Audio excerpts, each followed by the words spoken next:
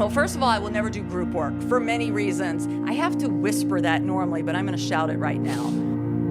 I was bored out of my mind, let alone them. Welcome to the CFI Faculty Lounge Podcast, an outlet created for continuous learning and actionable insights for faculty. I'm your host, Eric Magrum, inviting you to join us in conversation with dedicated educators who share their experiences, challenges, and effective solutions. Today, I'm excited to welcome Colleen Watson, a senior lecturer within the Department of Mathematics and Statistics here at James Madison University. Welcome, Colleen, and thank you for being here with us today. Hi, Eric. How are you doing? I'm doing well. Thanks for being with us. Yeah, you convinced me, so you're very good at that. Apparently I am. First question. Could you walk us through your journey as an educator, how it all began, and what brought you here today? Sure. So I grew up in the country, first-generation student. We had chickens and pigs. I always loved math, though. I did math workbooks for fun. So I was always an excellent student, went to a very small private school. I did end up being valedictorian. But all I knew is I liked math. And there was a small college that had given me a full scholarship, and they had a pre-engineering program. So that sounded interesting. Well, when I got there, now I realize in hindsight, the first course that I took, it was actually basically drafting, like CAD by hand. Oh, wow. And I didn't know that there were about 10 other types of engineering that I could study. I thought that was it. So I finished the class, barely, and I immediately dropped this idea of engineering because I really had no resources. I guess there were encyclopedias at the library, but, had no personal resources. And I always knew I was going to transfer out of that small school anyway, so I decided to be a math major. And then I transferred to Georgia Tech. So I got there and, it was very hard. So I did get my degree in math, but it was senior year that I really fell in love with statistics. And it was also senior year that I was able to be a TA. So that was really cool. And I was tutoring in the athletic department at Georgia Tech. So I've always loved studying and learning and also tutoring and teaching. So then I decided I was going to stay for my master's. Now, what was interesting, the math department at Georgia Tech is the one who issued my degree, but most of the classes were cross-listed with the industrial systems engineering. So then I'm like, wait, there's like 10 other different types of engineers you can be. I was a little behind the ball at that point, but I was actually going to stay to get my PhD in industrial systems engineering, but life sort of took a different turn. My fiance and I moved back to Virginia, just actually in the Charlottesville area. And then I ended up getting pregnant, and I needed to just find a job locally right away. So I got on at the Shenandoah Valley Governor's School in Augusta County. Right, this was right when they opened. They hadn't even finished the floor yet. So I taught there 3 years. And no, it was wonderful for a public school, but not the freedom of college. But anyway, life just kept coming. I ended up having 4 daughters in 6 years. I don't know where they all came from. So I stayed home for like 7 years, and then I started losing my mind. Okay. And so I just literally sent my resume in an envelope to JMU. Somehow they hired me as an adjunct, and within a year, basically my position now, which is an RTA. And I've been here, I guess, 21 years, and I've always said that my job here is my vacation from my real life. That's how wonderful it truly has been. So, yeah. Can you say more about that? A vacation from your real life? Well, so there's, I'm a bit type A, so I'm type A in every single thing I do. Okay. And that includes raising children. So 4 daughters in 6 years. They're all still in their 20s now, but I'm the momager. I have my hands in everything. So yeah, that can be the stressful part of my life. And I realize it's going to be like that till the day I die. So actually teaching here, sure, the first couple of years it's stressful until but I've been doing it 21 years. I can probably do it in my sleep. So yeah, no, it's relaxing and quiet, and I live 30 minutes, and I can, from here and on my drive, I just meditate. So it's wonderful. Yeah, no, it's easier teaching here than raising those. They'll tell you that. It's way easier. I don't have kids, but I could imagine. Oh, yeah. Yeah. In your view, what does it mean to excel in your role? Yeah, so to me, it has nothing to do with like what percent DWF I give or what percent A's and B's I give. It really is just connecting with the students And connection to me has taken on a lot of probably different views over the 20 years. It's honestly letting them know you care about them. I really like our students. I mean, maybe because I had those 4 kids, they just remind me of my own kids, but connecting with them where they feel very safe in the classroom, not only to ask questions and to engage with you, but I've had students who, even after I've taught them, they keep coming to see me in my office hours, even years after they've had my course until they graduate. I've learned, like, sometimes even for the A students, if you see maybe someone's feeling a little, they just seem a little off. All you need to say is, hey, are you okay?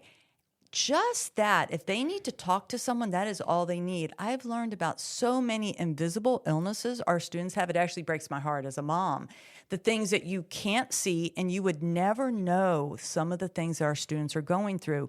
So sometimes just a little, are you okay, lets them open up to you. And so you get an idea of what they're going through, and that's what makes the connections also. So I think that's how I would view probably the most important thing is just letting the students know we care. I mean, a lot of them, might be homesick, they could be working full-time jobs, and they feel kind of disconnected. So maybe it's just trying to get them connected. So ultimately, they will be successful here. So you said 2 things there. You said connection and safety. I'm going to come back to the psychological safety, but connection, how would you, if you were in a classroom and maybe it's an out-of-body experience, how would you know that this teacher or you are being or connecting with rather than connecting with students? So for me, I've always, and I've told my students this, I could go in there all formal on the first day and basically pretend to be someone a lot more professional and formal than I am. And that would last about a week. Our true selves will always come out. So I even tell them that half of my true self is, I call it putting on my mom hat, that it's going to sound like I'm being their mom sometimes. It's just because who I am. So I think when they see that you're authentic and genuine, they can tell you're not putting on airs, that this is the person that if I showed up at her house 10 hours later, it would be the same person. I think that's where it comes from, because they know they can trust you. You're not pretending to be someone. I have, because it kind of works into a little stats topic we have, I've put up my Georgia Tech transcript before and actually pointed out the D in a math course that is still on my transcript, of course, to this day, letting them know that I understand what it's like to have no clue what is happening in a classroom, even though you're going and you're studying and you're trying. And that also feeds into when I tell them about my office hours. You can come in and do whatever. You can come in, eat your lunch. You can come in if you have nowhere else to go, work on your homework. You can come in and say, I don't even know what to ask you. I'm so lost. And then I will take over the conversation. So just that, because, I had 2 daughters who graduated from here. And I actually just heard this from a student 2 days ago. Of some office hours with some people, you have to ask them a specific question or tell them what you understand and then what you don't. And I feel like that misses the point. Sometimes we are 100% clueless, and we need that safety to be able to come in and say, no, I don't even know what to ask you. So that's what I mean by safety. There is no condescension. There's no judgment.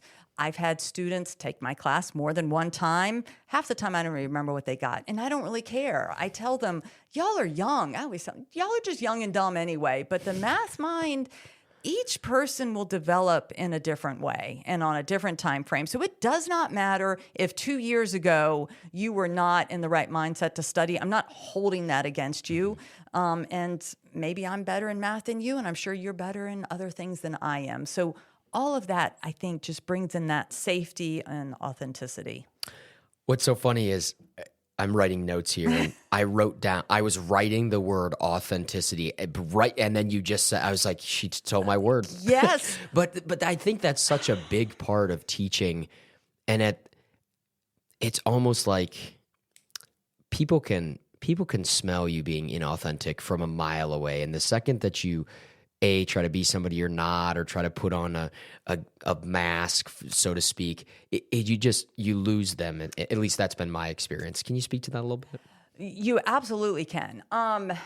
See, for me, I just have to come in informal also. And I know I've said that, but it also feeds into how I present material. Like if something is hard, I'm not going to use all the fancy words at the beginning. So if some of my colleagues listen to me, they would probably just scream at what is she saying? But at the beginning, like the little normal distribution, I call it a mountain because I'm sorry, it looks like a mountain. We're going to call it a mountain for a day until we really start to figure out what the heck does that curve represent? Or I do the disco dance, literally, not that I'm a dancer, but understanding slope, one going up, one going down. It doesn't matter which way, because we have this whole interpretive sentence. So I call it doing my disco dance, and I get up there and put my hands up and down, and I probably do that too many times, but they remember, and they come by my office, they're like, oh yeah, that's the disco dance. So just being able to be silly, maybe even sometimes embarrassing yourself, that helps them and maybe makes them giggle, probably at my expense, but that's what breaks down because half of them are scared to death to take statistics, even beyond math. It is stats, right? Most of them do not want to be there. Some of the science majors, maybe. So I acknowledge that on the first day. I even tell them, I said, I know y'all don't want to be here. So let's work with that. And that's why I love it. I also tell them, you're not going to remember all this material. You're really not. I still have to teach it to you. But I try to bring in a lot of bad statistics, and where I make that authentic. You can go to the internet and find bad stats all day long. That's not what I do. I find the stuff that finds me, whether it's my Facebook news feed, newspaper I happen to read. No offense, anyone, but sometimes what the Breeze newspaper puts out, or what do we call it? The back of the bathroom stall, whatever we call it here, potty mouth, I guess. These are all collections of stuff that I have found in my personal life. I actually have a whole packet. I give conferences on this to math teachers. And I just, so I will bring in this stuff and they can see, wait, and it's like cut out pieces of paper or a copy that I made from the back of the, bathroom stall. So they also see that as authentic.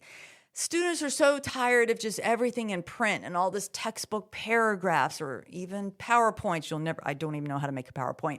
So I try to bring in this just real life stuff, screenshots of my Facebook with my friends knocked out. And I really do worry about some of my friends. But the point is, I keep that authenticity throughout everything I do with them. And I think that's what makes it very safe. So they feel like they could speak up or be informal with me or whatever. But I also think that self-deprecation is really important. Yeah, probably. I almost think it's real though, but okay. No, and those are I make fun of myself a lot for being bald, and that is just the easiest silly. And yes, it's true. It is true. Absolutely true. Yes, if the listeners can't see me, but I'm absolutely bald.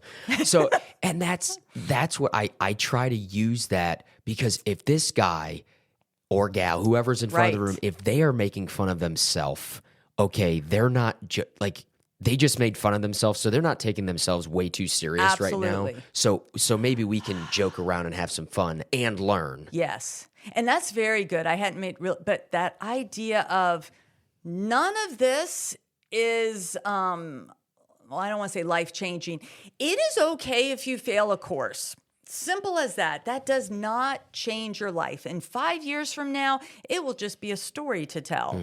So whether it's repeat, forgive, whether you just had to take it twice, and that is okay. So you're right, not taking every single thing so seriously. Yes. Yeah. So connection, safety, authenticity. Yeah. Now, we may have stole a little bit of thunder from this answer, usually this question. My answers are long, so that's okay. What unique qualities or perspectives do you bring to your role as an educator? Yeah, so there's a few other things that I do. So you got to remember, everything that I say is based on that I've been doing it 21 years. And I teach the elementary statistics. So if I was teaching an upper level to majors, I could probably have a very different opinion. So that is my entire umbrella I'm working on here. Well, first of all, I will never do group work for many reasons. I have to whisper that normally, but I'm going to shout it right now. Group work, well, for two reasons. One, the only people who like group work are the ones who aren't going to do anything.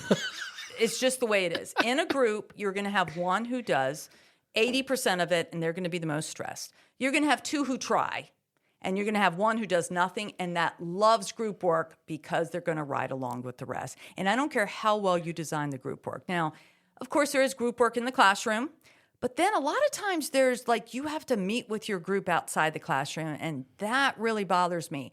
Again, we don't know everything our students are going through. They could be living an hour away at home to save money because they can't afford to live up here.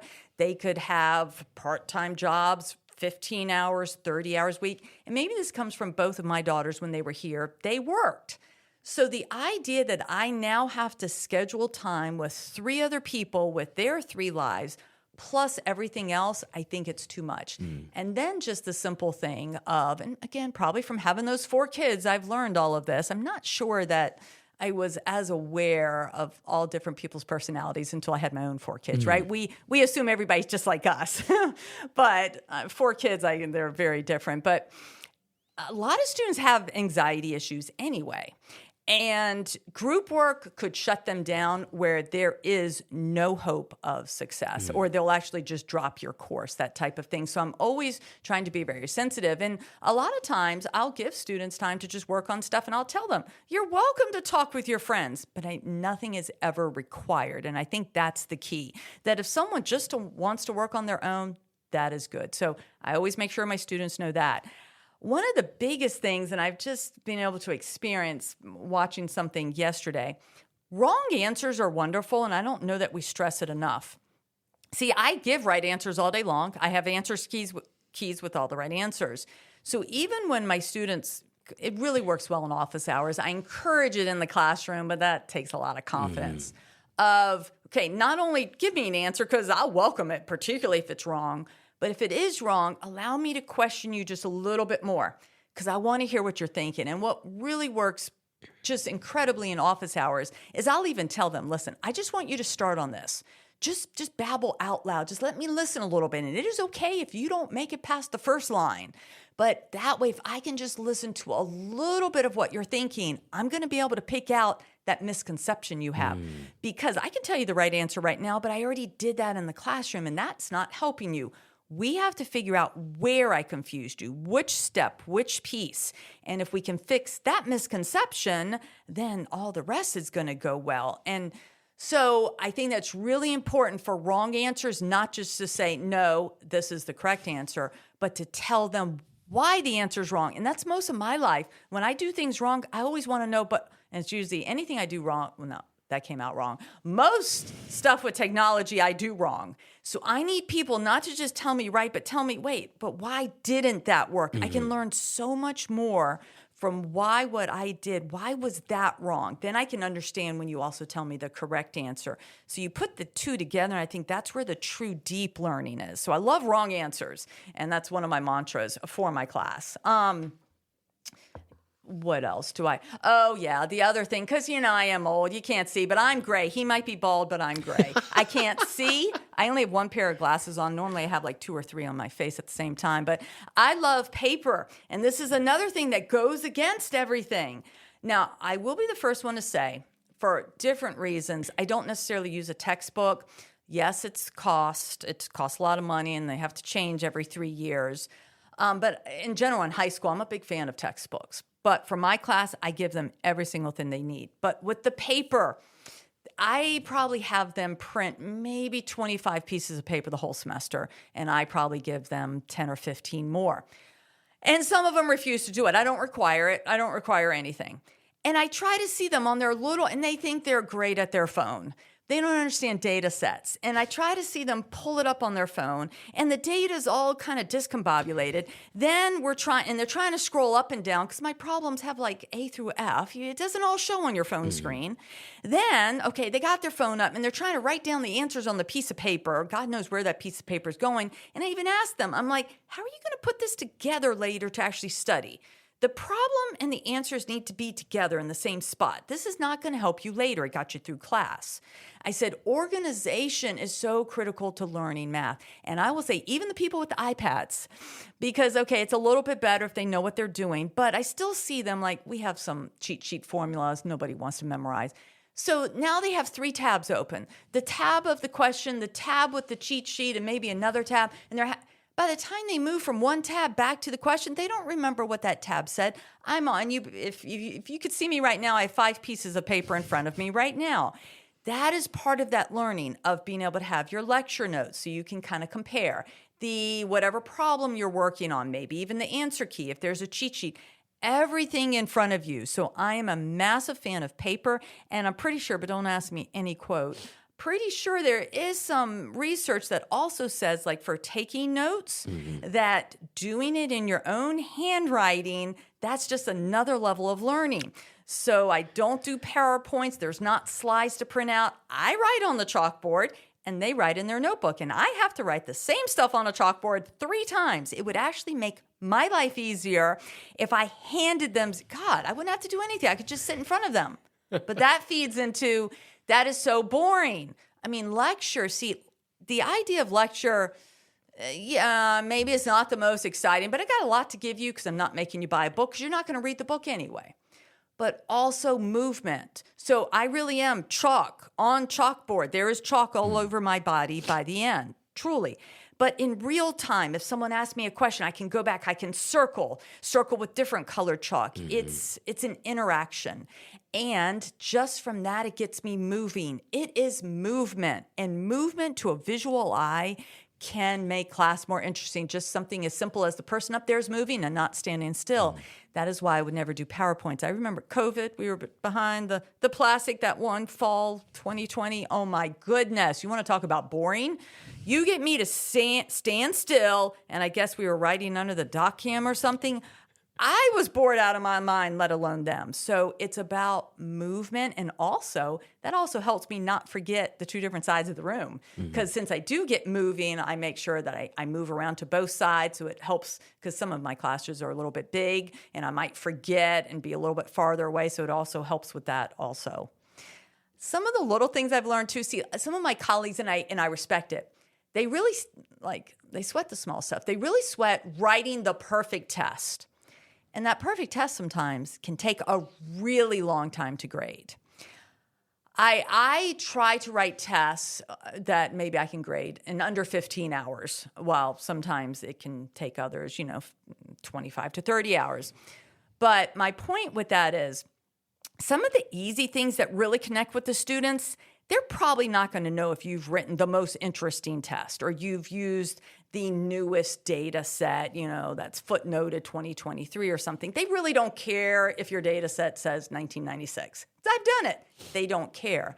Here's the stuff they care about. I have found just having one Zoom office hour the night before, 6 to 7 p.m., because I go to bed kind of early, they so appreciate that. They actually email and thank me for that. And that's just for those last minute questions as they're starting to get nervous. So sometimes just that 1 hour can make the difference for them. So I try to find the small things that are making the most impact, I guess is what, and that doesn't put too much work on myself. Yeah, I think you're trying to maximize your impact with return on investment, efficiency, all those sorts of things. It's so funny you should say ROI. One of my colleagues the other day, he's like, yes, when I do my evaluation, I not only put how many hours, but like the ROI of what I got out of. I'm like, oh, I never thought about doing that. But absolutely. Because, we're balancing not just teaching. And so, yes, I have learned, okay, I write a test and I hand them back so they can study. It's on me to write a new one. But I make sure that it's not too vague maybe, but I still feel like I'm hitting on all the things that I need to. Oh, and maybe that's another. You want one more rant? Online homework systems. If done properly, great. But here's my fear. A lot of times people won't handpick problems. They'll just, pick 10 problems from whatever. Okay, that's not good. But you need to handpick problems that are supporting what you do in lecture. But then the problem is of why maybe we're going back to trust of the students, right? My students know, okay, I have handouts that they do. I know what's on the handouts. I know the voice of the handouts. It's all word problems. That is what I do in lecture. It's the same sort of voice, and I'm the one who writes my test. It's the same voice. It's going to feel the same. It's kind of hard to describe, but I like to call it the voice. But if you're and that's why I will never use an online homework system, because that voice would be different. And right there, if I'm writing my own test, it's not going to match and it's going to throw them. So I think it's really important for whatever lecture, whatever homework you do, and then your test, it's all sort of standardized together. And that's what I just like to call the same voice. So yeah, I kind of go rogue. I don't do any of the online homework systems, nor a book. I've never really given much thought to the voice that you just talked about, which I'm thinking maybe I do. And because I have a fair amount of students that say, yeah, this is really awkwardly worded. Because I'm an awkward dude, and I have my own little quirks and whatnot, and they understand them when I present them in real time, particularly middle to later of the semester. But on tests, some of that gets drowned out, and I think it's a voice problem. I think so, because I have one of my daughters teaches high school math, and so sometimes she'll send me some questions. I'm like, oh my God, that is worded so terrible. And I was thinking, God, if that was on my test, my students would be so confused. Because it confuses me, because it's not my voice, and I have to try to read it 3 times. I'm like, okay, I think they're saying this. So yeah, I think that now I do, in all my handouts, I do sometimes leave in an awkwardly worded problem from a weird textbook. And I'll even point out, I'm like, wasn't that awkward, y'all? Because I don't want you to get too used to me. I want you to see how maybe other authors and other textbooks might word it. So let's just take a little extra time trying to figure out what this is saying, or even textbook problems that are just wrong. And we'll talk about, let's figure out, because this bad editing, they forgot to edit it. So I do think that is important and lends them to that they can trust me. There's not going to be a total where the heck did that come from. I always hold to, I have little stretches, but once they take the test, and if they go back to their lecture notes, they should easily identify where the heck did she get that question from. Okay. So that's what's really important to me. Nothing's coming completely out of left field. Got it. To this point in your career, what are you most proud of? Yeah, so it's interesting. I may have to go with something that's not teaching. Maybe a little plug, too, for whoever listens to this. So I'm one of 3 directors in charge of the MadiSTEM conference here at JMU. It's designed for middle school girls. We probably have upwards of 300 participants. It's going to be this year on March 29th. We plan this all year. And February and March, it's really when it ramps up. We have probably over 150 JMU student volunteers, probably another 50 JMU faculty volunteers. So it's about 500 people. We take over NGO and King. So 3 years ago, Celeste is one of the directors, and I have said this to her face. She just emailed me one day, and she's like, hey, do you want to be a director? I'm thinking, how hard can it be? I didn't ask any follow-up question. I said, sure. Oh, boy. So there is no way to describe how much goes into this conference. I would never have even known what to ask.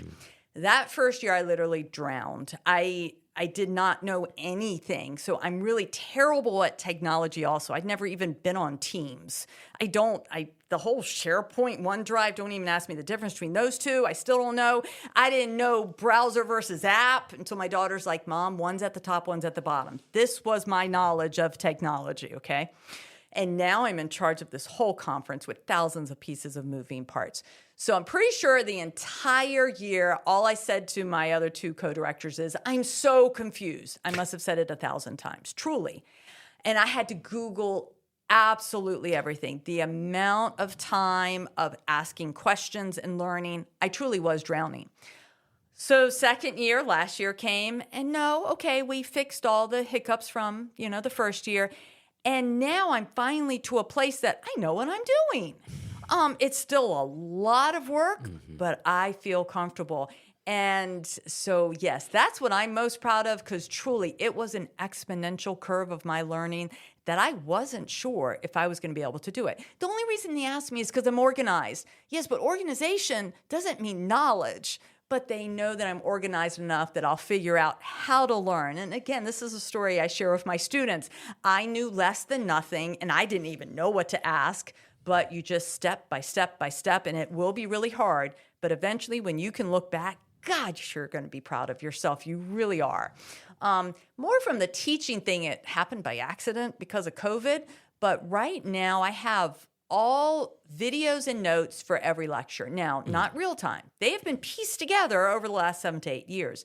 It's an incredible resource. And some of my students actually watch it before they come in.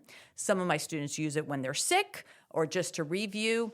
But the reason why I bring this up is right after COVID, because we had to do that, right? Mm-hmm. And yeah, I'm not into all fancy stuff. I figured, gosh, I used to make them with camcorders.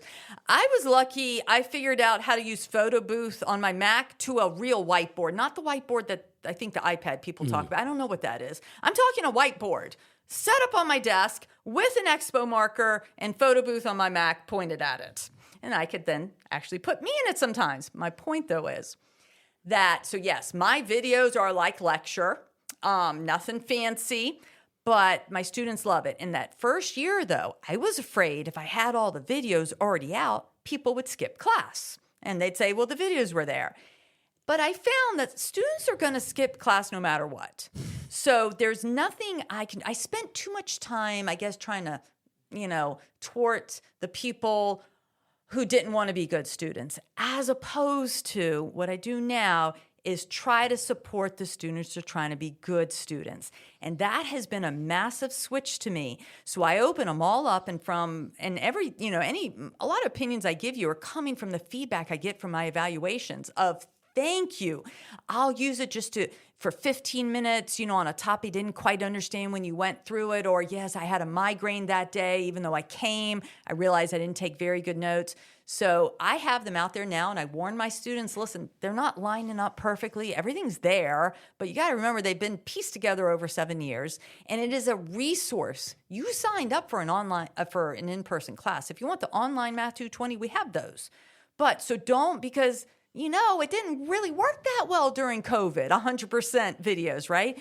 This is just a resource if you're sick and you can't come, but do not use it to replace coming and watching me in person where you can ask me a question in real time. So that has worked really well. So I'm really glad that I took the time because over the last year, I've made sure I've got every video in there, and also all of my videos, because I do have students registered with ODS. They all are closed captioned properly, that they closed caption it for you and send it. So I have all those links. So I'm very proud that I have that there. Or if life ever takes a different turn and I have to go online, my videos are there. So yeah.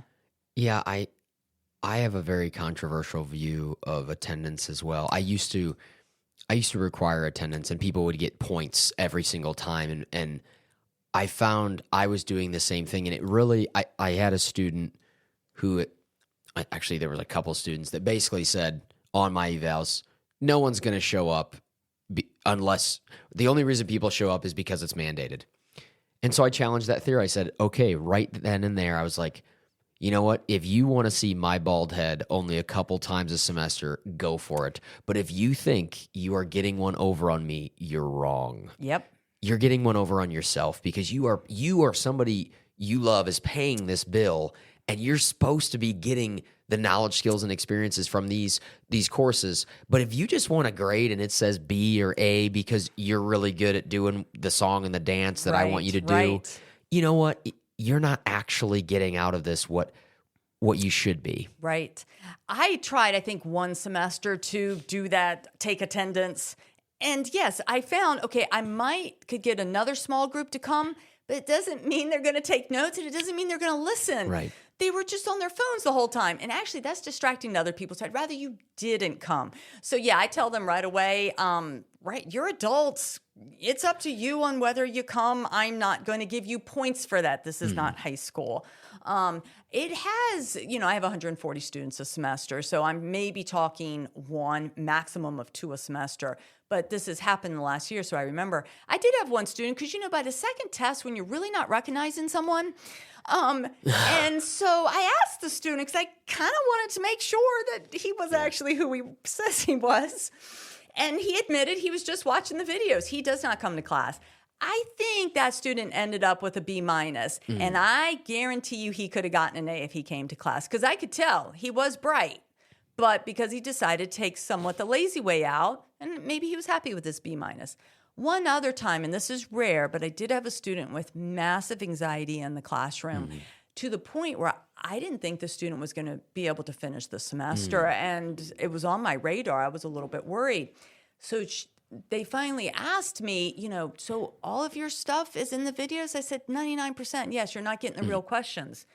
So she was able, because she just couldn't be in the classroom for whatever reason. I think it was a math anxiety, not in general, but she ended up just doing the videos, came for test, and she was able to get a grade that was good enough for her. So it really worked for her because she had something else going on. So, but no, normally you're going to do better if you come. Yeah, and I meant to say this in my last response, but I similarly have videos, and I actually straight up tell them, if you don't want to come, I don't want you to be here.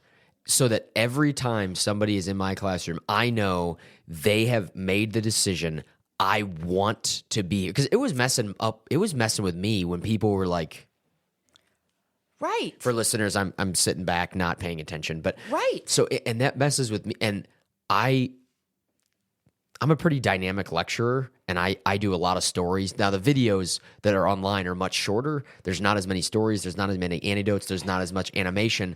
But if you just want the content, that's exactly what I'm giving you in the videos. Yep. And there's a little bit of that. Right. Because I can't not do that. But you're getting 25% of that, not 100. So I fully agree with you on that. Yes. Okay. So more to the personal side. Do you have any hobbies or personal interests that bring fresh energy or insight into your work? Oh, gosh, no, not a fresh. Well, it's funny you should ask it like that. I heard hobbies, so I was going to go down a road, but then you asked that last part. Well, first, I'm going to answer the first part. Just hobbies in general? Probably not. I'm I got those 4 daughters who, yes, they're still in their 20s. They are your hobbies. Yeah, I'm sorry. They're going to be till the day I die. And I also have my elderly mom. And I will, back to JMU being the vacation, the freedom we have here, that I can take time to do all these things because it doesn't have to be that 8 to 5, so I'm kind of spoiled in that. But, and I do have 5 cats. I also have a son-in-law, so they keep me busy. I'm kind of really boring, and it doesn't relate to stats class, but I'm very like my checkbook, I make it very complex. I probably should have been an accountant. I don't know. I love it. And I do everybody's taxes. It's my happy spot to be at my desk just making numbers match. I truly still have that, like when I was 10, I want to play with numbers all day long. So that's any time I can just make numbers match and different columns. I love it.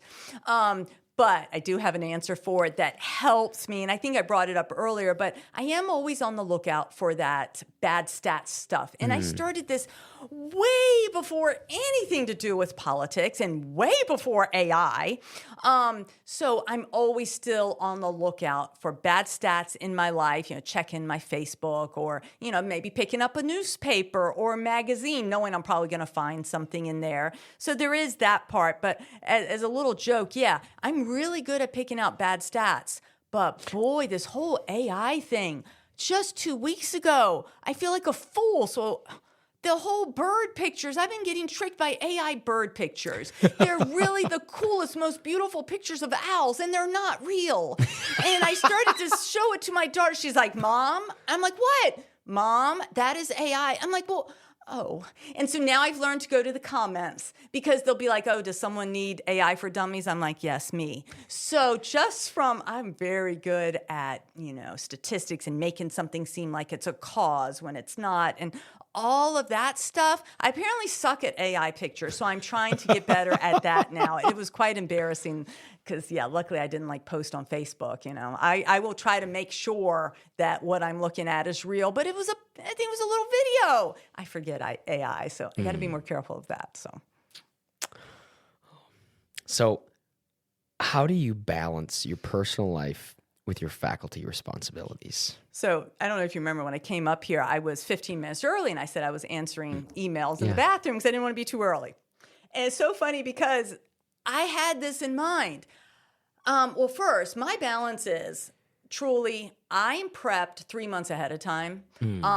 I prep a lot in the summer for the entire upcoming semester now, particularly since I have MadiSTEM. So that's what I find. I take that freedom of, I can do things at 5 a.m. I'm a very morning person, or if I need to on a Saturday or a Sunday or summer. I'm always trying to get ahead because those 4 kids, you never know when there's a disaster. And they come, I'm sorry. So if I'm prepared, it doesn't even faze me. So I also, sometimes I don't really know where my line is until I get very close. So an email I had just taken an hour ago was a little conference up in Northern Virginia in March. That is when MadiSTEM is March 29th.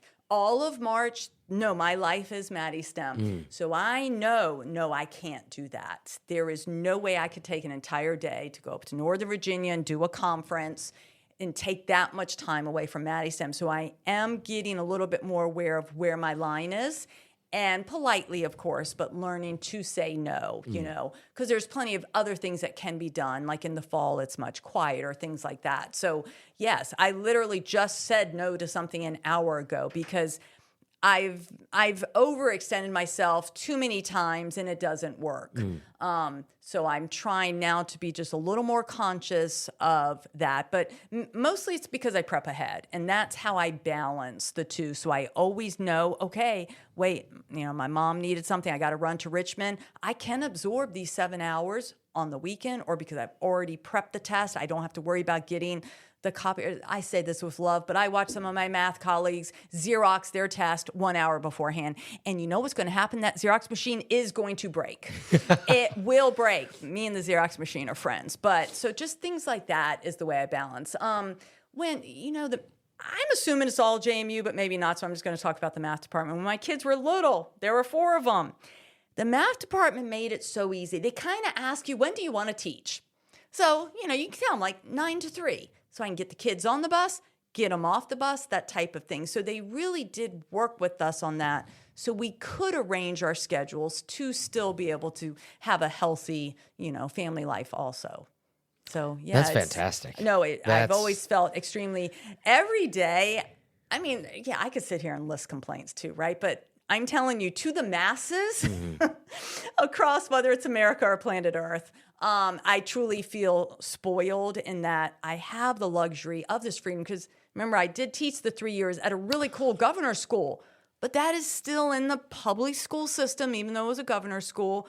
No, you had to be there, you know, by a certain time, and no, you were not leaving until a certain time. Didn't matter how far ahead you were or that type of thing. So just the freedoms we have at the university level truly are wonderful. Yes, they are.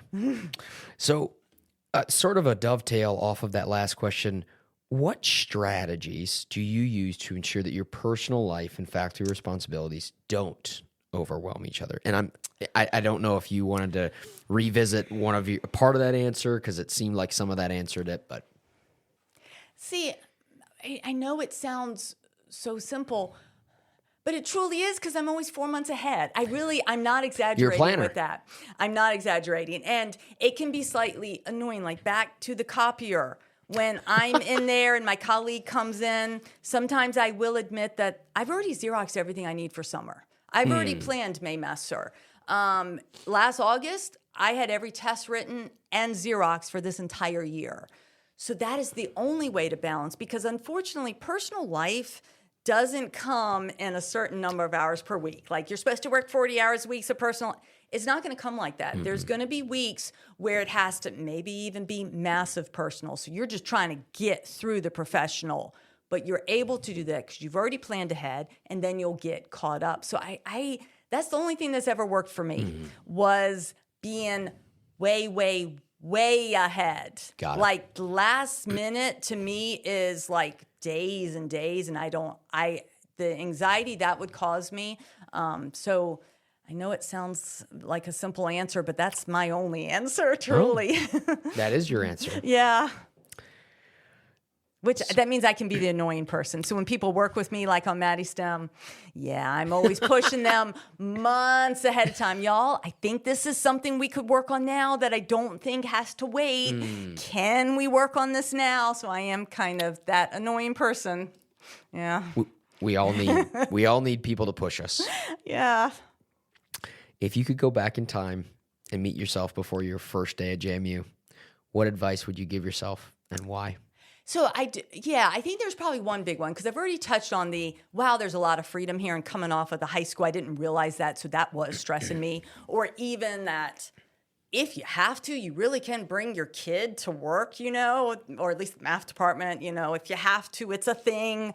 So all of that stuff. But for me, it was probably because it's MadiSTEM.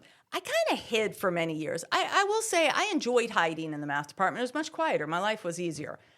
But part of that was because I thought I needed to hide. I only have my master's, and that's the way I always say it. I only have my master's. There are a few other people with just their master's, and I can use these words for myself, right? While most people have PhDs. So I'm pretty sure I always had that true imposter syndrome for many years. Even though I did tell them when they hired me, I'm not interested in research, but I'm in the math department. So I never really realized, probably until MadiSTEM, that no, just being organized is a skill that maybe everybody doesn't have. I did not know that. So I've come to realize there are a lot of skills I do have, maybe not the research sense, that can add, though, to the math department. So I think understanding that it is okay. You don't have your PhD. You don't have to keep your head down. No one has ever made me feel less than. This was me doing it to myself. But that I could put myself out there and nobody was going to bat an eye. They would be happy for my help with whatever. So I think that was probably the biggest thing. And it probably just took age. When you get old, you really don't care anymore. So now I'm out there more, and I've come to realize, no, this should have been like this even 15 years ago. It was on me, not anybody I worked with, though. Just being confident that, no, I have plenty to offer. So I think that's probably the biggest thing. If you could gift every faculty member one resource to elevate either their personal or professional growth, what would it be and why?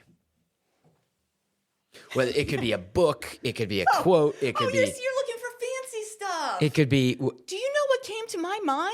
And you're going to think I'm making a joke, but I swear to you I'm not. No, go for it. A paper calendar. Because a paper calendar, truly to me, is that umbrella of organization. But that's so in character.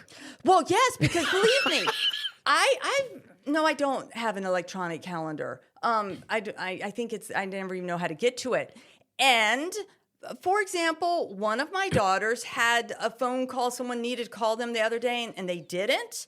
And she finally found out that the person said, my phone didn't, alert them or whatever. I'm like, what are they talking about? Why don't they have a paper calendar? They had an appointment with you to call you. That should have been written on a piece of paper. So I have paper for everything, not only for the year, for the month, for the week, and now for the day. And I update that every day. And I print them out because we got to change it. If you have a calendar, it's going to get changed. And if it's paper, you can't just keep scratching. So, no, I'm going to actually print them multiple copies so then they can redo, because I truly think being able to see everything in one spot. People have calendars on their phones, and I don't know, I guess in your email and whatever we have here at JMU, I don't even know. I could never do that. So truly, because I feel like being able to see ahead, it helps us see. There have been times at my house when it gets crazy, I will go get that really big pad of paper and I will put 4 months at a time and I'll blow it, and I take my Sharpies and my rulers. So it's really big, like 4 feet tall, and it goes on my kitchen wall. This is how psychotic I get. Because if I'm overwhelmed, and with those 4 kids and maybe there's 2 of them moving and I got to move some U-Haul or something, I need to see everything that's coming up so I don't get behind, so I can think ahead. What can I work on now that will help later, because I can't work an 80-hour week as it gets too close. So always looking ahead. So truly, a paper calendar. That's and multiple copies of it. The tool to your main tool in your tool belt. At 100%. Yes. Well, thank you very much, Colleen. It's been a pleasure working with you. You're very welcome. Well, thank you for convincing me to do this. Yeah. So It's I was been a little pleasure. hesitant, but this was great. Thank you.